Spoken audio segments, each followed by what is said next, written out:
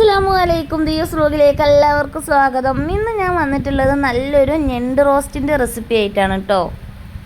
ഇതെങ്ങനെയാണ് ഉണ്ടാക്കാൻ നോക്കാം. ആദ്യം തന്നെ ഒരു ചെറിയൊരു അരപ്പ് തയ്യാറാക്കി എടുക്കണം. അതിന് കുറച്ച് വെളുത്തുള്ളി, കുറച്ച് ചെറിയുള്ളി, ഒരു കഷ്ണം ഇഞ്ചി, ഒരു സ്പൂണ് വലിയ ജീരകം, 3/4 സ്പൂണ് കുരുമുളക് പൊടി, ഒരു സ്പൂണ് വെള്ളം കൂടി ചേർത്തിട്ട് നന്നായിട്ടൊന്ന് അരച്ച് മാറ്റി വെക്കുന്നുണ്ട്.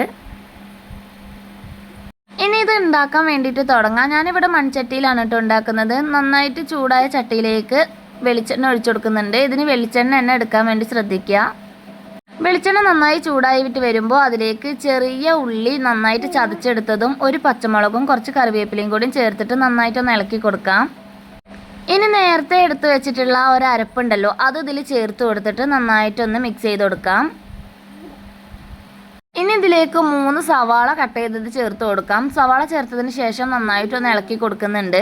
പെട്ടെന്ന് തന്നെ സവാള ഒന്ന് വാടി കിട്ടാൻ വേണ്ടിയിട്ട് അതിലേക്ക് കുറച്ച് ഉപ്പും കൂടി ചേർത്ത് കൊടുക്കാം.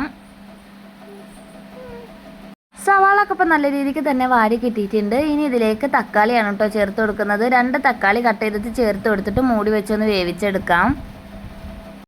ഇപ്പോൾ ഇതെല്ലാം നല്ല രീതിക്ക് തന്നെ ഒന്ന് വെന്ത് കിട്ടിയിട്ടുണ്ട്. നന്നായി വെന്തതിന് ശേഷം മാത്രമേ കേട്ടോ മസാലപ്പൊടികൾ ചേർത്ത് കൊടുക്കാൻ പാടുള്ളൂ. 1.5 സ്പൂണ് മുളക് പൊടിയാണ് കേട്ടോ ചേർത്ത് കൊടുക്കുന്നത്. ഇത് അധികം എരിവില്ലാത്ത മുളക് പൊടിയാണ്. നിങ്ങളുടെ കയ്യിൽ എരിവുള്ള മുളക് പൊടിയാണെന്നുണ്ടെങ്കിൽ എരിവിനനുസരിച്ചിട്ട് ചേർത്ത് കൊടുക്കാവുന്നതാണ്. 1/2 സ്പൂണ് മഞ്ഞൾപ്പൊടി, 1.5 സ്പൂണ് മല്ലിപ്പൊടി. മുളക് പൊടി എത്രയാണോ എടുക്കുന്നത് സെയിം അളവിൽ തന്നെയാണ് കേട്ടോ മല്ലിപ്പൊടി എടുക്കേണ്ടത്. 3/4 സ്പൂണ് ഗരം മസാലപ്പൊടിയും കൂടി ചേർത്ത് കൊടുക്കുന്നുണ്ട്. എന്നിട്ട് എല്ലാം കൂടിയിട്ട് നന്നായിട്ടൊന്ന് ഇളക്കി കൊടുക്കാം. ഈ പൊടികളുടെ പച്ചമണം മാറുന്നത് വരെ ഒന്ന് ഇളക്കി കൊടുക്കാം. ഇപ്പോൾ പൊടികളിലൊക്കെ പച്ചമണം മാറി കിട്ടിയിട്ടുണ്ട്. ഇനി ഇതിലേക്ക് എടുത്തു വെച്ചിട്ടുള്ള ഞണ്ടും കഷ്ണങ്ങൾ ചേർത്ത് കൊടുക്കാം. എന്നിട്ട് എല്ലാം കൂടി നന്നായിട്ടൊന്ന് മിക്സ് ചെയ്ത് കൊടുക്കാം. ഈ സമയം ഇതിൽ വെള്ളം ചേർത്ത് കൊടുക്കുന്നില്ല കേട്ടോ. ഒരു 2 സെക്കൻഡ് നേരം മൂടി വെച്ചിട്ട് ഒന്ന് വേവിച്ചെടുക്കുന്നുണ്ട്. അപ്പോൾ തന്നെ അതിലുള്ള കുറച്ച് വെള്ളമൊക്കെ ഒന്ന് ഇറങ്ങി കിട്ടും. ഇപ്പോൾ അതാ ഇതിൽ കുറേശ്ശെ വെള്ളം ഇറങ്ങി കിട്ടിയിട്ടുണ്ട്. ഇനി ഇതൊന്ന് നന്നായിട്ട് ഇളക്കി കൊടുക്കാം. ഇനി ഇതിലേക്ക് 1/2 ഗ്ലാസ് വെള്ളം കൂടി ചേർത്ത് കൊടുക്കാം. വെള്ളം ഒരുപാട് കൂടി പോവരുത്. ഇത് വേവാൻ ആവശ്യമായിട്ടുള്ള വെള്ളം മാത്രം ഒഴിച്ചു കൊടുത്താൽ മതി. ആവശ്യത്തിനുള്ള ഉപ്പും കൂടി ചേർത്ത് കൊടുക്കാം. നേരത്തെ സവാള വാട്ടുന്ന സമയത്ത് കുറച്ച് ഉപ്പ് ചേർത്ത് കൊടുത്തതാണ്. അത് നോക്കിയിട്ട് വേണം ചേർത്ത് കൊടുക്കാൻ വേണ്ടിയിട്ട്. ഞണ്ട് ഇഷ്ടമുള്ളവർ ഇതുപോലെ ഒന്ന് ആക്കി നോക്കണേ, എന്തായാലും ഇഷ്ടാവും.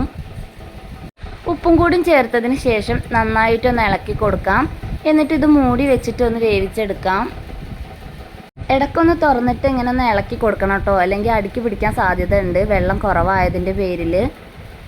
ഇതിൽ വെള്ളമൊക്കെ വറ്റിയിട്ട് ഇപ്പം ഞണ്ടൊക്കെ നന്നായിട്ടൊന്ന് കുക്കായി കിട്ടിയിട്ടുണ്ട്. ഇനി ഇതിൽ കുറച്ച് മല്ലിയിലയും കൂടി ചേർത്ത് കൊടുക്കാം. അപ്പോൾ അതാ നമ്മുടെ ഞണ്ട് റോസ്റ്റ് ഇവിടെ റെഡി ആയിട്ടുണ്ട്. ഇന്നത്തെ വീഡിയോ ഇത്രയേ ഉള്ളൂ. വീഡിയോ എല്ലാവർക്കും ഇഷ്ടമായി എന്ന് കരുതുന്നു. നാളെ മറ്റൊരു വീഡിയോയുമായി നമുക്ക് വീണ്ടും കാണാം. അതുവരെ ബൈ ബൈ.